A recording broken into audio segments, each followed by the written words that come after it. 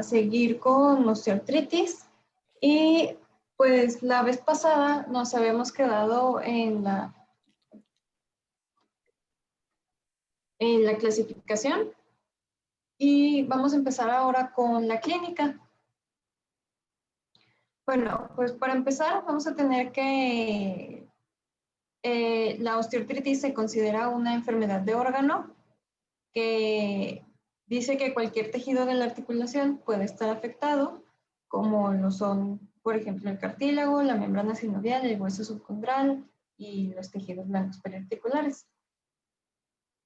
Vamos a tener que los principales síntomas van a ser el dolor, la rigidez, chasquidos articulares, deformidad y disminución o pérdida de la movilidad. Y otros que no son tan característicos son la tumefacción articular y el derrame o la inflamación sinovial. Vamos a tener como principal síntoma el dolor, que de manera característica es insidioso, de características mecánicas y de una intensidad leve a moderada.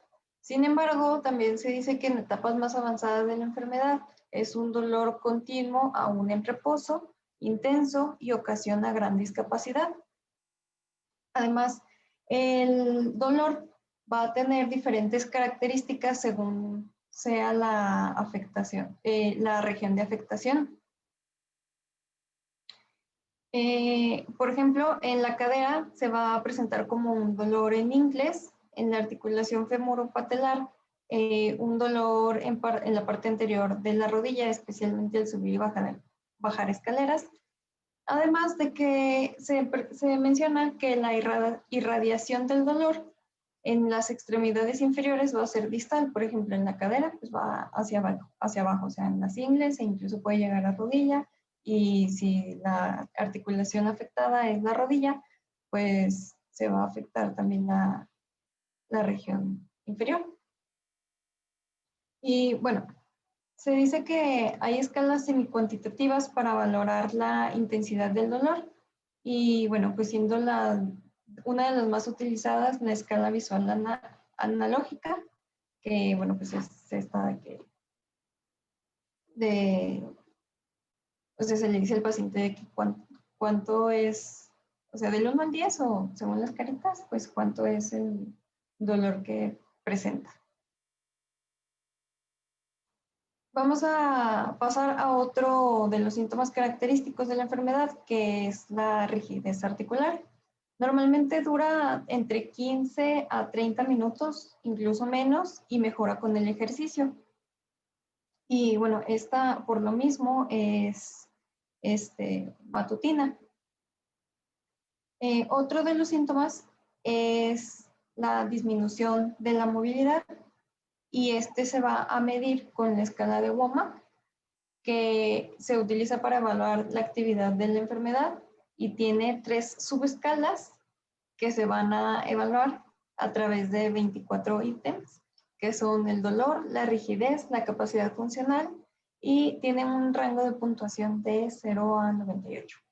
Y bueno, aquí la vamos a mencionar, que la primera subescala es del dolor, que básicamente es cuánto dolor tiene al andar por un terreno llano, al subir o bajar escaleras, por la noche en la cama, al estar sentado o acostado y al estar de pie. Y la puntuación que se le da es, pues según la que dice el paciente, que va de 0 a 4, siendo 0 igual a ninguno y 4 igual a muchísimo, por ejemplo. Y en las puntuaciones intermedias serían bajo, bastante o mucho. La segunda subescala es la de la rigidez y las preguntas serían cuánta rigidez nota después de despertarse por la mañana y durante el resto del día después de estar sentado, acostado o descansando. Y la tercera subescala es la de la capacidad funcional y esta tiene más ítems a preguntar, que son qué grado de dificultad tiene al bajar escaleras, al subir escaleras, al levantarse después de estar sentado, después de estar de pie, agacharse para recoger algo del suelo, al andar por un terreno llano, entrar y salir de un coche, ir de compras, ponerse las medias o calcetines, levantarse de la cama, quitarse las medias o los calcetines, estar acostado en la cama, entrar y salir de la ducha o la bañera, estar sentado, sentarse y levantarse del retrete, hacer tareas domésticas pesadas y hacer domésticas ligeras. Ya básicamente esa es la escala de Blumer. Muy bien. De la escala, miren, realmente en la práctica no la utilizamos. Sin embargo, los componentes que mide la escala sí son importantes interrogarlos en todos los pacientes porque son los que nos ayudan a determinar la severidad de la enfermedad o la severidad de la afectación en la articulación. O sea, dolor, rigidez y capacidad funcional siempre es primordial. De hecho, no solo en osteoartritis, en cualquier enfermedad de reuma. Existen muchas escalas. Hay otras que sí utilizamos, sobre todo en artritis reumatoide, que veremos más adelante. Con respecto a la rigidez, este es un determinante que nos ayuda mucho a distinguir trastornos mecánicos de trastornos inflamatorios. Los trastornos que tienen predominancia inflamatoria, la rigidez es más duradera, más allá de los 30 o 60 minutos. En los trastornos mecánicos es muy corta.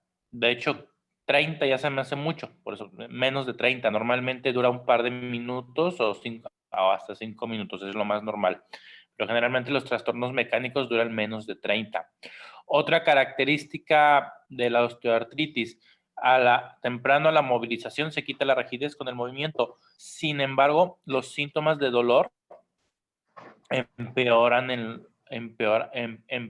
con el movimiento continuo. Es más sintomático el dolor en la osteoartritis por las tardes, noches, después de la jornada laboral. En cambio, en la artritis reumatoide, esto es algo bien característico. Generalmente, después de pasar el periodo de rigidez y dolor, el resto del día mejoran, como que ya la actividad física los mantiene un poquito mejor. Esa es como que hay diferencia muy importante y hay que nada más entenderla. Aquí nada más se refiere a la rigidez, este apartado, no se refiere a la historia natural de la enfermedad en lo largo del día.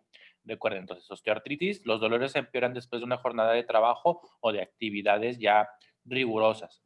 Y artritis reumatoide no, artritis reumatoide conforme va pasando el día va mejorando, entre mayor movilidad, mejoran los síntomas en la artritis reumatoide. Esa es la gran diferencia entre problemas inflamatorios y problemas mecánicos.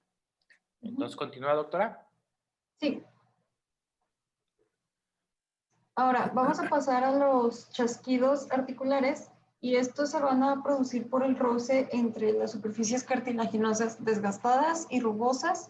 Es un síntoma característico y además de los chasquidos articulares también se puede presentar como crepitación, ya sea al momento del movimiento normal, sí, del movimiento usual o de la exploración física.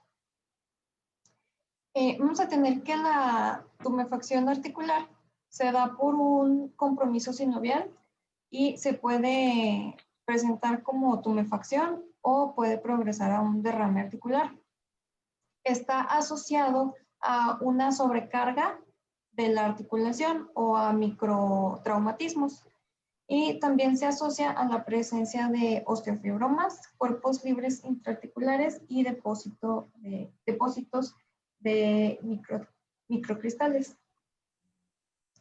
Y bueno, en episodios agudos de la artrosis mejoran con pocos días de reposo, con medidas físicas y con antiinflamatorios. Vamos a tener que la exploración nos va a llevar a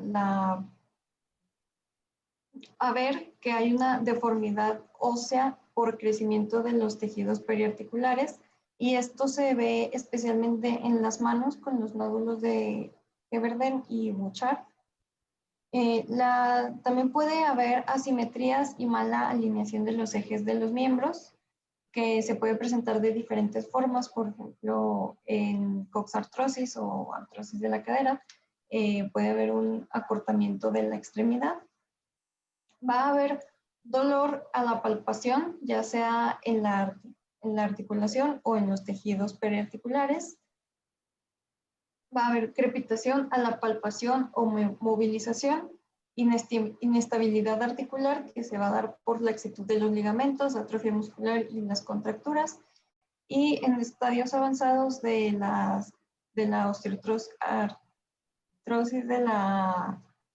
de miembros inferiores, se pueden presentar trastornos de la marcha.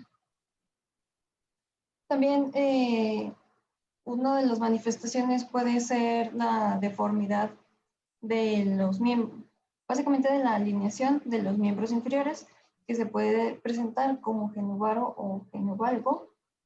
Y esto se da porque los ligamentos colaterales, en esta presentación, los ligamentos colaterales van a estar a tensión en lados opuestos y relajados en el lado que va a estar pinzado, y esto se llama estrés por tensión y estrés por deprivación.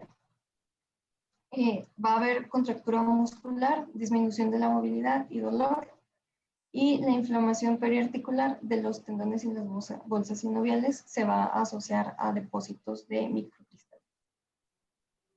Otras manifestaciones que no son tan comunes nos pueden dar cuerpos libres intraarticulares que pueden estar en la cavidad articular y nos van a ocasionar bloqueos articulares, o en la membrana sinovial y nos pueden desencadenar episodios inflamatorios. Y también se pueden dar algunos quistes sinoviales periarticulares. El más característico es el quiste de Baker, que va a estar en el hueco popliteo. Y bueno, también la presentación de la artrosis puede ser monoarticular si es solamente en una articulación, oligoarticular si es en menos de 4 articulaciones y poliarticular si es en 4 o más articulaciones. Y las más afectadas son las rodillas, las caderas, manos, columna cervical y lumbar. Doctora, aquí tengo una pregunta de si, bueno, como normalmente la artrosis es bilateral, si se presenta en ambas manos, ¿se contaría como monoarticular o como oligoarticular? No, es por número de articulaciones. Oligoarticular son 2 articulaciones, 2, 3 articulaciones. Si se presentan las 2 manos, hay que ver qué articulaciones son. Normalmente las afectaciones en 2 manos incluyen más de 5 articulaciones. Sí. Entonces entraría como poliarticular. Eso lo vamos a definir bien en artritis reumatoide porque es una parte de la clasificación artritis mono, oligo y poliarticular, pero sí, monoarticular, única articulación. Luego va oligoarticular, que son 2, 3, y aquí, como tú pones, poliarticular son 4 o más articulaciones.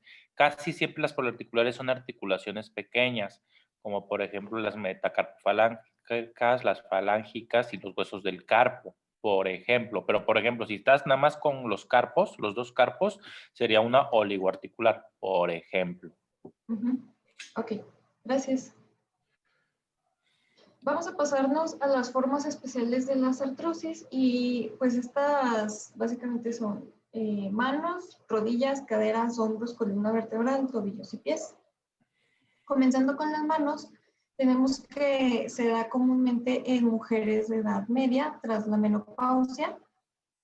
Suele tener una distribución simétrica que va a afectar a las articulaciones interfalángicas distales y proximales, y a menudo se le puede sumar la articulación trapecio-metacarpiana. La afectación inicial se va a presentar con dolor, crecimiento de los tejidos, que puede ser duro por osteofitos subyacentes o blando por presencia de quistes mucoides. Y va a haber 2 presentaciones clínicas de esta forma de artrosis, que va a ser la forma nodal, con presencia de los nódulos de Bouchard y Heberden, y otra que va a ser la forma erosiva, que va a incluir un componente inflamatorio y destructivo. Como ya mencioné, se puede agregar la afectación de la articulación trapecio metacarpiana, y a esto se le va a conocer como risartrosis, que normalmente comienza de una manera unilateral, pero puede progresar a bilateral. Y esta afectación es importante porque es más dolorosa y más limitante que las afectaciones interfalángicas, además de que dificulta la función de pinzamiento del pulgar y de los movimientos que requieren cierta destreza, o sea, básicamente inutiliza el pulgar. Y bueno, aquí se ve la artrosis de las manos. Con respecto a la artrosis de las manos, la artrosis nodal o hipertrófica también le llegan a decir, es por muchísimo la presentación más común que van a ver. La artrosis erosiva de manos es una presentación menos frecuente. Inclusive, hablando de artritis reumatoide, se llega a confundir, dado que las lesiones radiográficas simulan mucho episodios de artritis reumatoide. Evidentemente, las características por edad y por grupo de edad y todo pudiesen ayudar un poquito a distinguirla. Lamentablemente el género es el mismo, porque la artritis reumatoide es muy frecuente en mujeres y también esta artritis erosiva en manos es más frecuente en mujeres. De hecho, artritis erosiva en manos tiene un apartado especial en tratamiento. Se trata más similar, bueno, se trata con metrotexate, muy diferente al tratamiento de la osteoartritis general. O sea, porque la osteoartritis general, por ejemplo, la osteoartritis nodal, que es la primera forma que vieron, su tratamiento es igualito a los demás tipos de osteoartritis de otras partes del cuerpo. Solo recuerden, específicamente este es un tipo especial muy diferente y sí es poco frecuente. Sí lo van a ver, pero es poco frecuente, que es artritis erosiva en manos, ¿eh? Para que recuerden que además es un tratamiento un poquito más especial a lo demás. Y ya todas las demás osteoartritis ahorita van a ver bien el tratamiento, o sea, es bien, bien sencillo. La piedra angular realmente son la rehabilitación y las medidas generales y de ahí los antiinflamatorios, la verdad, o sea, ya no varía mucho, pero ahorita dejemos que la doctora nos vaya explicando. Sí, bueno, vamos a pasar ahora a la artrosis de rodillas, que es más común en mujeres con sobrepeso. Y bueno, esta puede afectar al compartimento femorotibial, que nos va a dar una presentación clínica de dolor en la marcha o una afección al compartimento femoropatelar, que nos va a dar dolor al subir y bajar escaleras, además de crepitación en la flexoextensión de la articulación de la rodilla. Durante su evolución va a producir deformidad, agrandamiento de la articulación y alguna alteración del alineamiento con aparición de genuvaro o genovalvo. Además, con frecuencia se pueden intercalar algunos brotes inflamatorios, ya sea por sobrecarga mecánica, depósito de cristales o coexistencia de los cuerpos libres intraarticulares. En casos avanzados puede producir cojera y discapacidad. Y bueno, aquí se presenta una radiografía que la flecha gruesa nos indica la esclerosis subcondral, que bueno, esto ya lo vamos a ver un poco más en técnicas de imagen, y las flechas que están así más delgaditas nos indican osteofitos. En cuanto a la... Regresas un poquito a la... Ok, aquí, además de la esclerosis subcondral y los osteofitos, la esclerosis subcondral es la línea blanquita. Van a ver una línea blanquita donde está la flecha, es una radioopacidad aumentada del borde entre el hueso y el hueso subcondral. A ese nivel también pueden observar que existe otro punto bien importante de la osteoartritis que ya vimos en las clases iniciales en radiografía, que es la simetría articular. Donde está ese hueso subcondral mayormente marcado, pueden ver que el espacio articular está disminuido. Se ve más como la cabeza de articulación se mete un poquito más. Esta característica también distingue a la osteoartritis de otras afecciones. Por ejemplo, la artritis reumatoide, si existe disminución del espacio articular, es simétrico. Todo se ve ahora sí bonito y se ve más cortito, pero en la osteoartritis no. Se ve que algunas partes están más juntas y otras conservan su espacio articular normal. Eso también es un punto ahí importante en esa radiografía. Continúa. Este, en cuanto a la artrosis de cadera o coxartrosis, vamos a tener que el dolor se va a presentar característicamente en ingles con un inicio insidioso y se va a presentar especialmente al levantarse de una silla y caminar. Además, puede irradiarse a la zona posterior de la articulación o incluso hasta al muslo y la rodilla. Normalmente tiene una evolución insidiosa, pero hay pacientes en que la evolución es más rápida y esto pues se asocia a la destrucción articular y pues incluso se asocia a la necesidad de cirugía en pocos meses. En cuanto a la artrosis en hombros, se habla de un origen microtraumático y va a coexistir con otras alteraciones como lo son lesiones del manguito rotador, bursitis subacromial, capsulitis adhesivas, entre otras. Va a haber dolor, limitación de la movilidad de la articulación y crepitación. Una localización común va a ser a nivel acromioclavicular y se va a agravar el dolor al cargar y al hacer ejercicios. Hay una forma especial también de artrosis de hombros que se ve sobre todo en mujeres de edad avanzada y se va a manifestar con dolor severo, subluxación superior de la articulación glenohumeral y con impotencia funcional, y se le va a llamar artropatía de Milwaukee. En cuanto a la columna vertebral o De la espondiloartrosis. artropatía de Milwaukee, Ajá.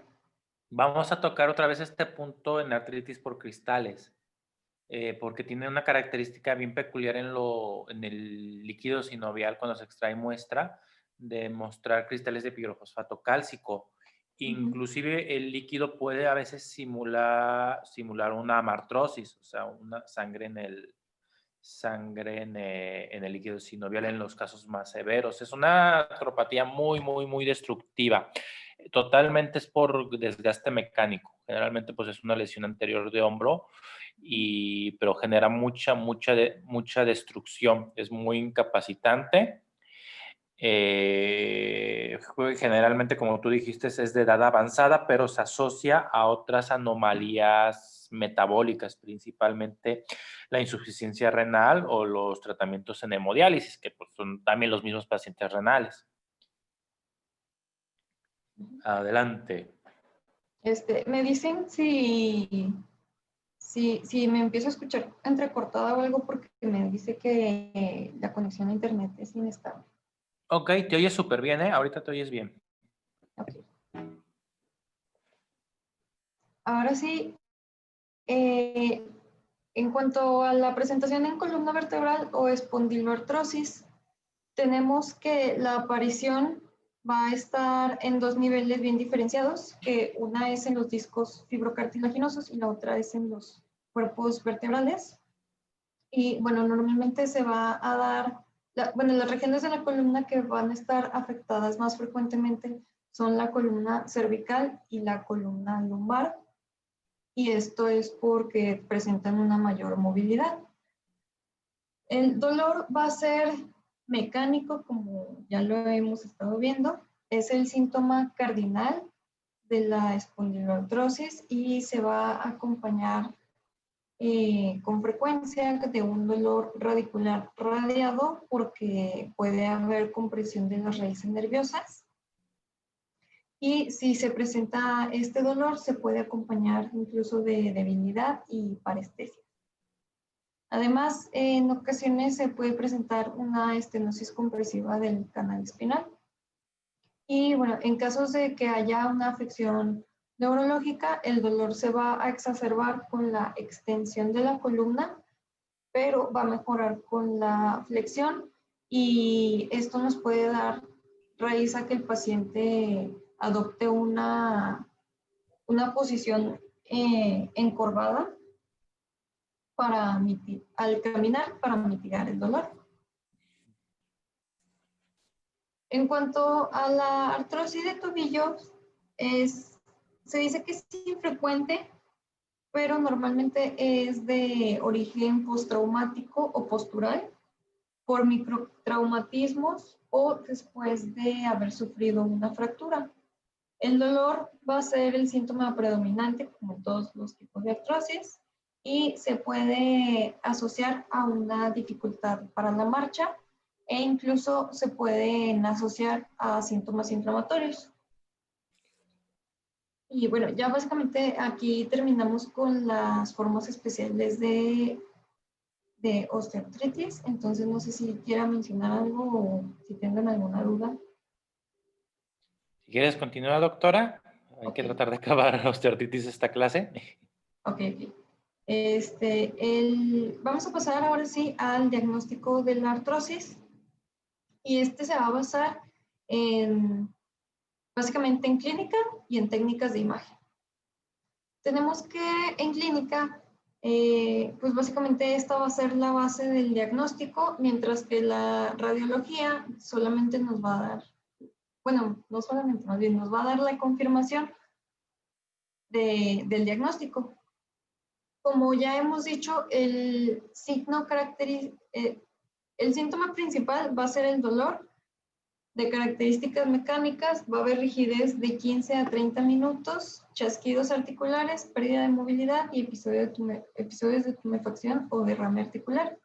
El signo característico, más bien, un signo característico es la crepitación audible, ya sea a la palpación o al momento de la movilización normal del paciente. Va a haber un dolor a la presión, tumefacción articular, y se dice que cuando la afección sea en articulaciones de carga como la cadera o la rodilla, se tiene que explorar al paciente en las posiciones de pie y en decúbito para detectar alteraciones en el alineamiento de las extremidades y también alteraciones en la marcha. En cuanto a técnicas de imagen, tenemos que las articulaciones se da principalmente para las articulaciones profundas o de localizaciones atípicas como lo son cadera, tobillo y hombros, porque la clínica es suficiente para el diagnóstico de la artrosis en articulaciones superficiales como la mano. Pero estas técnicas de imagen nos van a permitir valorar la severidad, progresión y posibles complicaciones de la enfermedad y nos va a permitir también descartar otras enfermedades.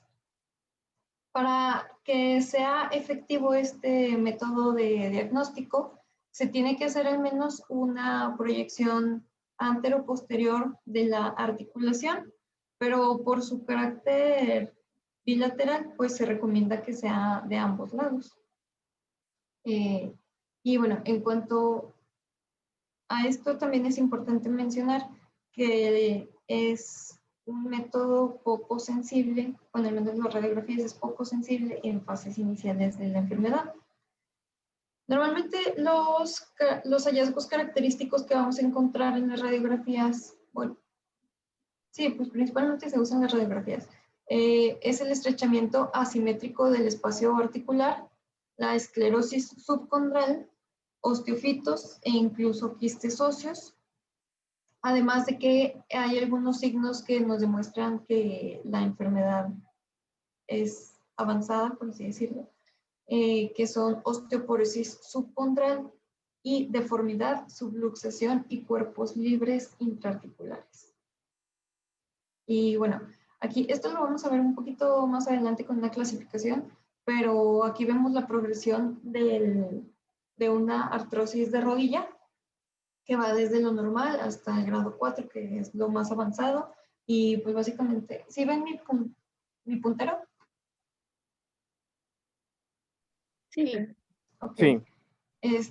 Bueno, si se fijan, pues lo normal es una articulación como ya lo conocemos, básicamente, pero en el grado 4 se va a ver lo que ya estuvimos mencionando, que son los osteofitos, la esclerosis, que es el aumento de opacidad, y la disminución del espacio del espacio articular, que va a ser asimétrico. Por ejemplo, aquí está mucho más disminuido que en esta otra, que en el otro lado, de la articulación. Y bueno, vamos a tener que va a haber dos formas bien diferenciadas de artrosis, que va a ser la hipertrófica y la atrófica. La hipertrófica es la más frecuente y se expresa habitualmente con los signos radiográficos que ya comentamos, con formación de osteofitos como dato más característico, mientras que la atrófica es menos frecuente y se caracteriza principalmente por un estrechamiento del espacio articular. Vamos a tener la clasificación de Kellgren y Lawrence, que establecieron los grados radiológicos para la valoración de la artrosis, y pues básicamente va del 0 al 4, el 0 siendo lo normal y el 4 siendo severo. El grado 0 pues va a ser una radiografía normal. El 1 pues va a ser dudoso, y se puede observar un dudoso estrechamiento del espacio articular, y puede haber osteofitos. El grado 2 va a ser leve, que es bueno, aquí también están las imágenes del grado 1, pues ya vimos que puede ser dudoso. El grado 2, posible estrechamiento del espacio articular aquí, en esta parte. Y osteofitos, que serían estos. El grado 3 sería moderado, ya hay un estrechamiento marcado del espacio articular, va a haber osteofitos, esclerosis leve y deformidad de los extremos óseos. Sí, y ya en el grado 4 veríamos un estadio severo, que, bueno, ya el espacio articular ya está, o sea, ya hay un estrechamiento marcado, va a haber abundante osteofitosis, la esclerosis va a ser severa, que incluso se ve más en la radiografía que ya presentamos en la diapositiva pasada, y va a haber una deformidad de los extremos óseos. Y bueno, también en el manual SER nos marcaba otra clasificación, por así decirlo. Bueno, sí, son criterios clínico-radiológicos para la clasificación y diagnóstico de la artrosis. Y bueno, vamos a tener que, pues básicamente está dividiendo en manos, cadera y rodilla. Que, bueno, en las manos, los criterios clínicos van a ser dolor y rigidez en manos, la mayoría de días del mes previo, aumento del Doctora, tamaño. si quieres, Ajá. la verdad, esta tablita está bien difícil de aprender.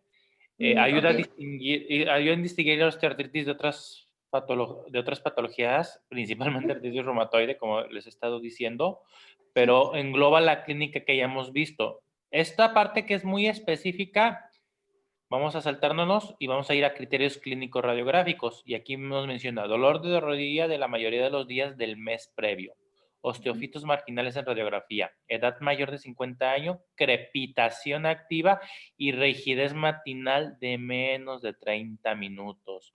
De ahí en fuera, lo único que te agregan son las edades de presentaciones, que vas a ver que por ahí te ponen mayores de 50 años, y marcadores inflamatorios. O sea, si hay inflamación, deben haber marcadores inflamatorios positivos, como la artritis reumatoide, o cuando es mecánico, los marcadores deben ser negativos. que es el caso de esta enfermedad. Aquí te pone, por ejemplo, velocidad de sedimentación globular con marcador inflamatorio menos de 20 milímetros por hora. Entonces, aquí los criterios son un poquito para ayudarte a distinguirlas, pero prácticamente es como una guía diagnóstica que a fuerza uno tiene que ver porque no se los van a aprender. O sea, no le veo el caso que esto así en general se lo aprendan en específico. Me interesa más que se aprendan la clínica en general. Estos puntitos de aquí abajo, pues son todos los que vieron, es lo que ya deberíamos de haber aprendido de la clase, más las características de la enfermedad, ¿ok? Y esto les digo, si quieren hacer un diagnóstico en consultorio, pueden sacar la tablita y aquí ya les pone los criterios, por ejemplo, 1, 2 y 3, o 1, 2 y 4, o 1, 3 y 4, y es osteoartritis diagnóstico. Ok. Por ejemplo, le digo, es muy específico, no es necesario que se lo aprendan, la verdad no lo usamos para diagnóstico, a veces tiene cabida académica únicamente, pero con el tiempo la experiencia no es de utilidad práctica, ¿ok? Sí les Ok. sugiero que se lo lean con calma, lo vean, pero de una vez les aviso, o sea, no planeo preguntarles esta clasificación, ¿ok? Ok. La de Kellgren y Lauren sí, esa es básica, ¿eh? Ok, sí. Y Lawrence, la clasificación de Kellgren y Lawrence es súper importante. Es así porque te permite determinar grado, que es importante reportarlo. Esa sí se preguntará. Continúen. Ok. Bueno, y también se pueden utilizar otras técnicas de imagen que van a ser útiles, sobre todo al inicio de la enfermedad, que pueden ser la ecografía osteomuscular, que va a ser útil en articulaciones superficiales como la mano, la resonancia magnética, principalmente para articulaciones profundas.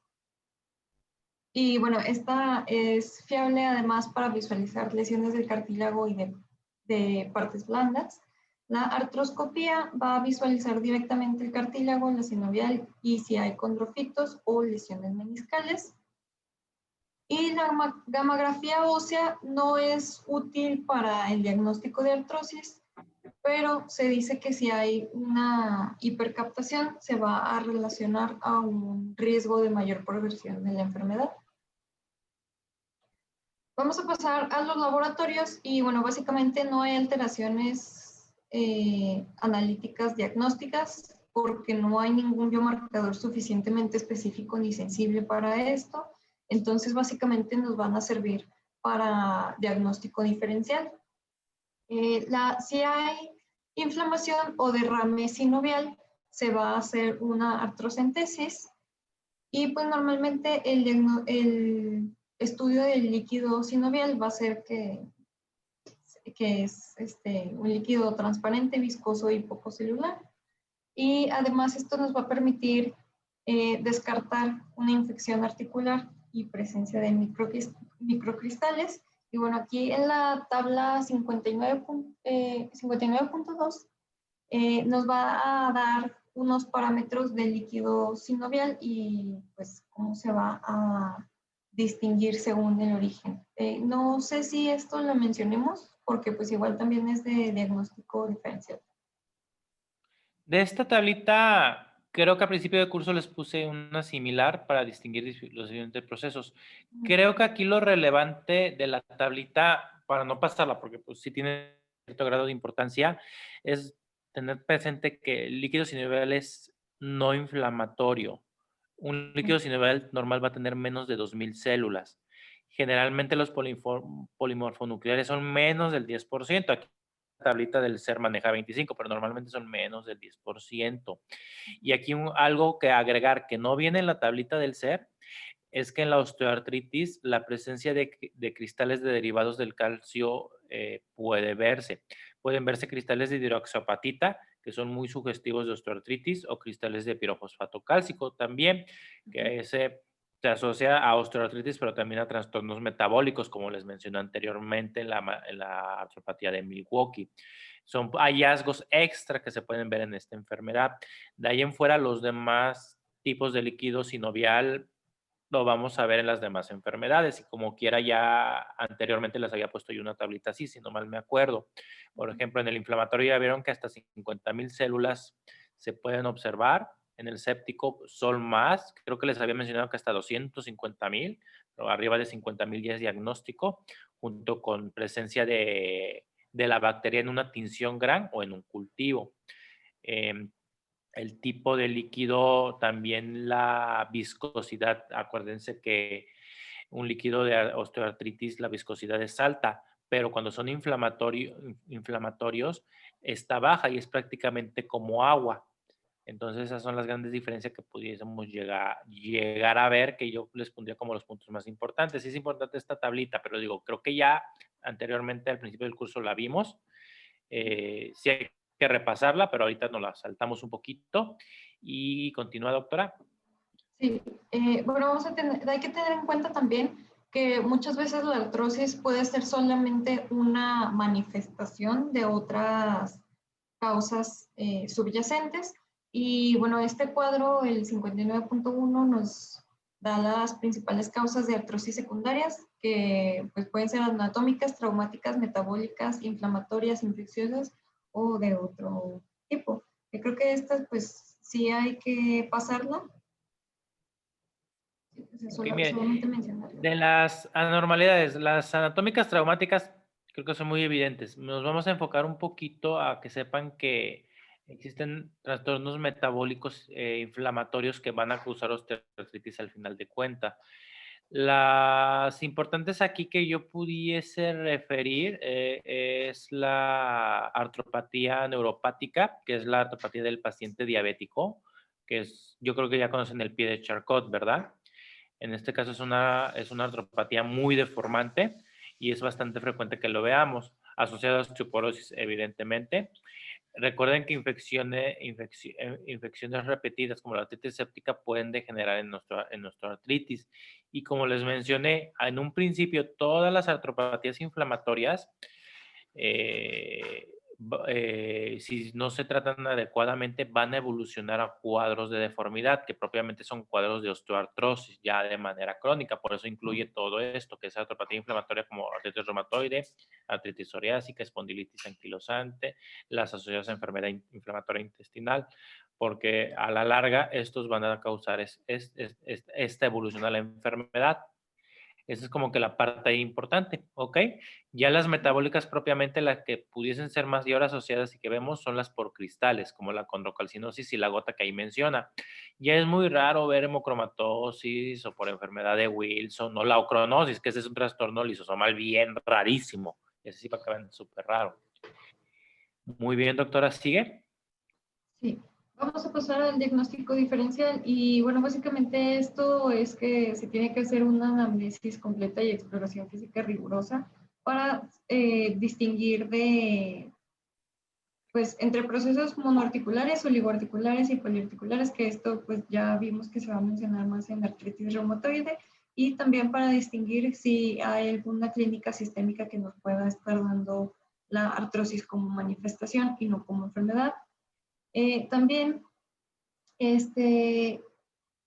tenemos que tener en cuenta que los rectantes de fase aguda o pues en general los indicadores de inflamación pues van a estar elevados en procesos inflamatorios de fase activa y no en artrosis como tal.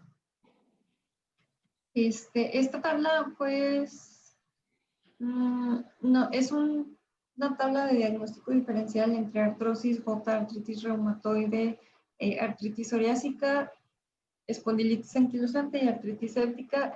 Doctor, no sé si hay que mencionar algunas cosas. De esta tabla, doctora, es diferencias radiográficas, ¿ok? Okay. Lo más relevante creo que lo vamos a ver en el curso, si quieres nos la saltamos. Como que ya hemos analizado un poquito lo principal ahorita en artrosis. Y lo creo que más me interesa es verlo de artritis reumatoide y artrosis, y sería manera de repaso. Afección en partes blandas se ve un poquito más en artritis reumatoide. La osteopenia, yo honestamente se ve más en las dos, pero específicamente lo que es la osteopenia periarticular o yuxtaarticular se ve más en artritis reumatoide, que eso se ve en la radiografía. Pinzamiento interlineal se refiere al a la disminución del espacio articular. Como ven, hace mucho hincapié de lo asimétrico y simétrico. Las erosiones, ya les dije que solo la osteoartrosis de manos erosiva es la única que tiene esta característica. Por lo general no hay erosiones en osteoartrosis. Y la proliferación ósea, o sea, la osteoartrosis hipertrófica, como ya les había mencionado, es muy característico que pues, se vea el engrosamiento del hueso y la formación de estos osteofitos, mientras que en la artritis reumatoide, en fases iniciales, esto nunca se va a ver.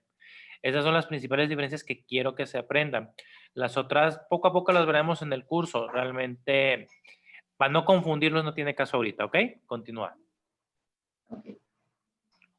Bueno, esto pues ya lo vamos a mencionar después. Supongo que es igual a modo de repaso, pero en artritis reumatoide. Bueno, ahora sí vamos a pasar con tratamiento. Los objetivos del tratamiento Doctora, van a si ser... quieres, regrésate un poquito a la imagen que pusiste. Ya vi la hora, no nos va a dar tiempo de ver todo el tratamiento, así que Ok. vamos a aprovechar, porque sí, esa tabla está muy buena. Hay que aprovecharla. En osteoartritis o artritis está bien que la veamos. Si quieren de una vez para saltarnos en la siguiente clase. Pero entonces, aquí ya les pone las diferencias clínicas y muy importantes. De entrada, ya les menciona que esto es una enfermedad inflamatoria del lado de la artritis y del otro lado es una enfermedad degenerativa, no solo del cartílago. Doctor, se está escuchando como eco. Ya, no sé si fue mi culpa, pero ya creo que sí paré el micrófono y se quitó. Sí. Listo. Entonces, mira, les mencionaba. De un lado, la inflamación de la membrana sinovial es el dato patognomónico de la fisiopatología de la artritis reumatoide. En cambio, la artrosis es una degeneración no solo de cartílago articular, recuerden que también incluye hueso subcondral. El tipo de dolor, ya se los mencioné y ya notaron aquí, es constante y empeora con el reposo. Por eso en las mañanas es peor, pero conforme hacen sus actividades mejora. Y aquí, mira, aumenta con movimiento. Lo que les mencioné, ya para la tarde y noche después de la jornada laboral, el dolor es peor en la artrosis. Y aquí mejora con el reposo. Por eso en las mañanas amanece el mejor. De dolor, no de rigidez. La rigidez es diferente. Simetría, bueno, ya me lo salto, creo que lo hemos mencionado mucho. Rigidez, vuelvo a dar mucho hincapié en la rigidez. Matutina, duración variable, pero generalmente horas. Les digo que más de 30 minutos o más de 60 minutos es característico de la artritis reumatoide. Y en la artrosis, pues es muy corta, ya vieron, menos de 30 minutos. Y la verdad es muchísimo más corta. Con respecto a la deformidad, aquí este es un punto bien importante porque las dos causan deformidad.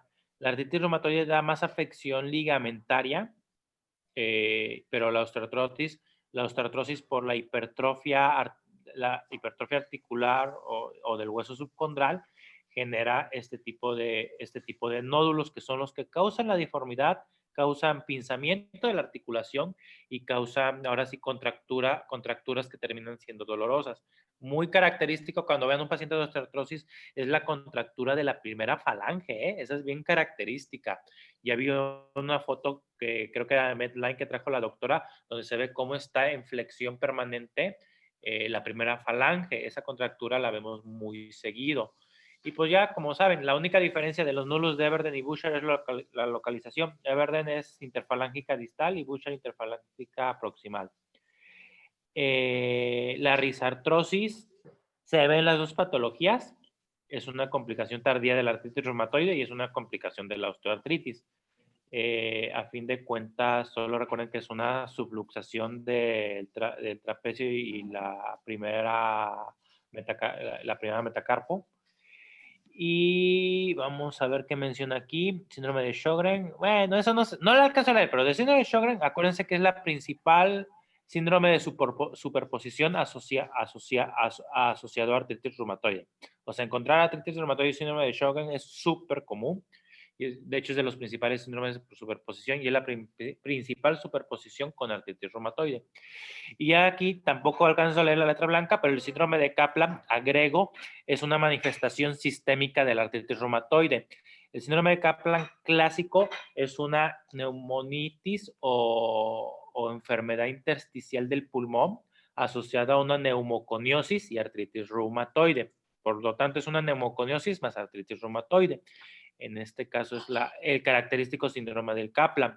Los pacientes con artritis reumatoide pueden tener neumonitis intersticial, pero el síndrome de Kaplan específico tiene que haber neumoconiosis, como asbestosis, silicosis, enfermedad del minero, que hayan trabajado con leña, humo de carbón, todo eso, ya cuenta como neumoconiosis, ¿ok? Entonces, lo que más me interesa es la parte de la clínica, porque esta tablita ayuda a diferenciar. Y esto, literalmente, estas son de las tablitas que en consulta general les sirve tenerlas puestas para, le reviso la mano al paciente y veo las diferencias y digo, esto es más de inflamatorio y esto es más de artrosis, ¿ok?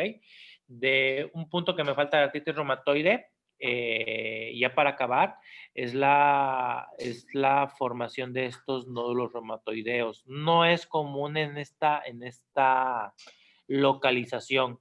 Creo que podemos ver los nódulos reumatoideos de manera más común en superficies extensoras, codos y rodillas, ¿ok? Generalmente esa es una característica, son superficies extensoras. Aquí, por ejemplo, sí se ve, pero no es común la localización en las falanges, ¿sí? Es más codos y rodillas. Y listo, chicos. No quiero atrasarles su otra clase. Ya por lo menos nos falta tratamiento. Yo creo que lo vemos en 10-15 minutos para iniciar la siguiente clase, porque sí quería darme más prisa porque artritis reumatoide es tardadita. Ok. Y ya, lamentablemente, el curso nos queda un mes, así que voy a tratar de darle más celeridad a los temas, ¿ok? Sí, doctor. Muy bien. Muy bien. Bueno, chicos, pues cuídense.